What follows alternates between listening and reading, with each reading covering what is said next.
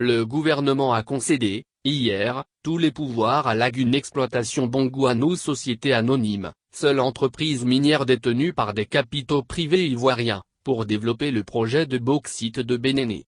Cette concession s'est traduite par la signature de l'avenant N-1 à la convention minière conclue le 3 novembre 2017. Cette signature intervient après le transfert à l'entreprise signataire du permis d'exploitation minière valable pour la bauxite, précédemment accordé dans le département de Bongouanou à l'entreprise Lagune Exploitation Afrique Société Anonyme. Elle est le fruit des négociations menées entre la Côte d'Ivoire et l'entreprise signataire, au sein du comité des négociations qui s'est réuni les 10 et 24 juin 2020. Le document paraphé comprend un volet important sur les obligations de l'entreprise en termes de certification des réserves, d'indemnisation des populations impactées et de respect des règles de gouvernance des sociétés commerciales.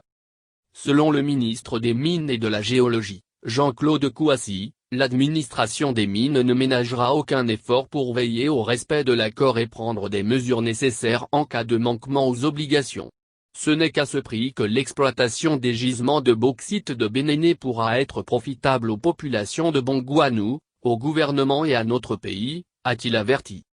La production minière nationale connaît un essor important depuis quelques années.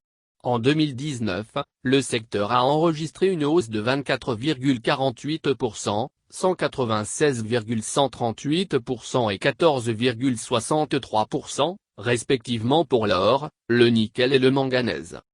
Jean-Claude Kouassi s'est félicité de cette performance et a assuré que la Côte d'Ivoire a les moyens de consolider sa place de destination minière de premier choix et de faire face aux effets pervers de la pandémie de coronavirus. Dans le cadre du développement de son secteur minier, la Côte d'Ivoire a opéré plusieurs réformes importantes.